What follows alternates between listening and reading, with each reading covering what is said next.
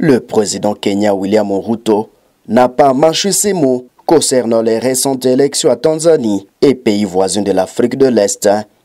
Interrogé sur les résultats de la présidentielle qui a vu la présidente sortante Samia Suluhu Hassan déclarée vainqueur avec un score écrasant, Ruto a exprimé un doute clair et net sur la crédibilité de tels plébiscites dans un système démocratique. Je cite, « Ce n'est pas à moi de juger la présidente Samia Suluhu, mais dans une démocratie, on ne peut jamais obtenir 96% des voix », a déclaré le chef d'État Kenya.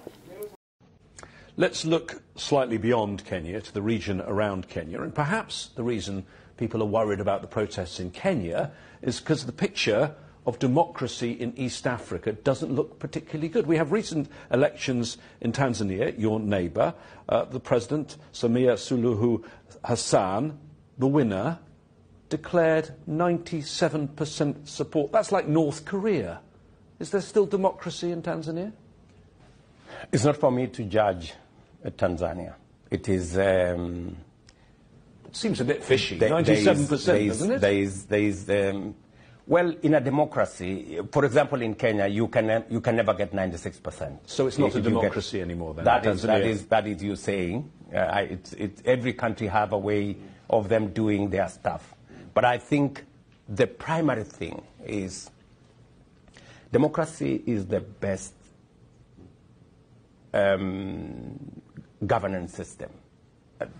It's not tidy always. It is not always easy, you know, because there are all manner of moving parts. But I think we must work together to ensure that we protect democracy. So look at one of your other neighbours, Uganda. You know? So I think we should stick to democracy, and we must also always give ourselves the opportunity to listen to the alternative view, to look at the alternative without injecting violence into the equation. So look at one of your other neighbours, yes.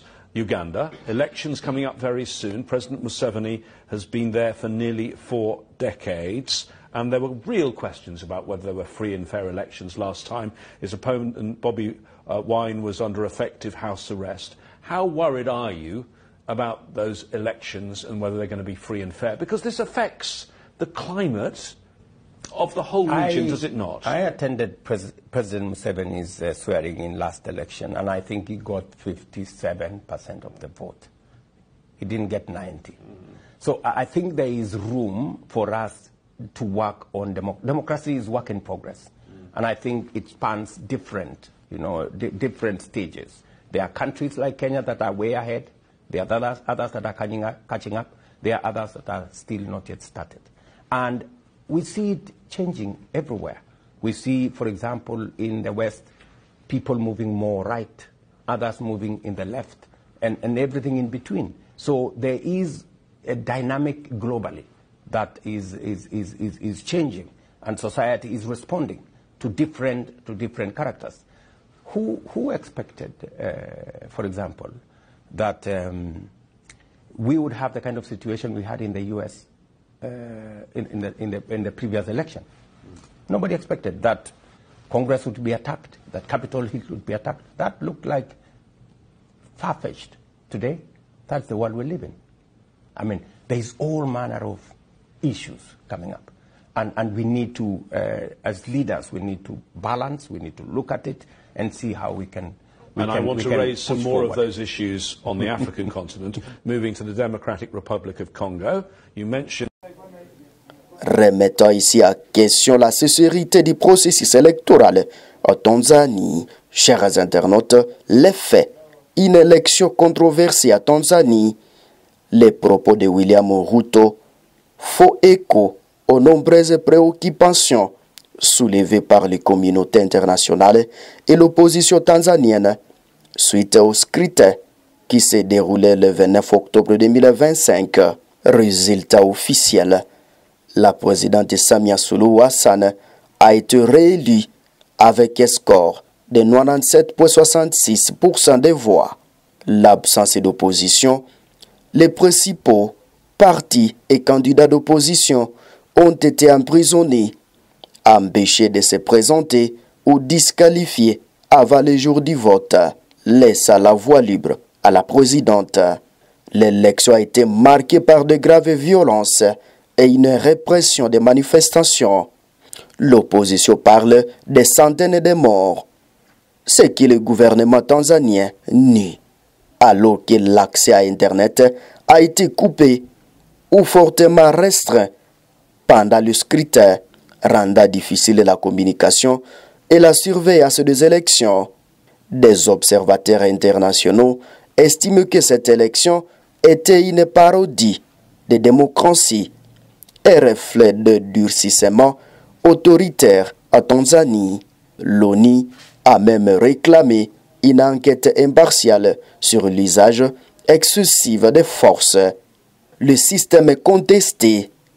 Samia Suluhu Hassan est devenue présidente en mars 2021 après la mort de son prédécesseur John Magufuli. Bien qu'elle ait d'abord promis plus d'ouverture, ce régime est maintenant accusé de mener une répression sévère contre ses critiques et de s'éloigner des principes démocratiques. Le score de presque 98% est considéré comme inhabituellement élevé pour une élection multipartite et soulève la question de la compétition réelle. Pour William Ruto, cette victoire écrasante ne correspond pas aux règles de base d'une démocratie où le débat et la pluralité des opinions devraient aboutir à des résultats plus partagés. La Tanzanie, dirigée par le parti CCM, Chama cha Mapinduzi, depuis son indépendance, se retrouve sous la lumière des projecteurs pour ce que beaucoup appellent une victoire verrouillée qui isole le pays sur la scène politique régionale. Chers téléspectateurs, merci de nous avoir choisis pour vous actualiser, vous informer de l'actualité africaine. Si c'est la première fois de nous suivre, n'hésitez pas de vous abonner, aimer et partager la publication. Au revoir.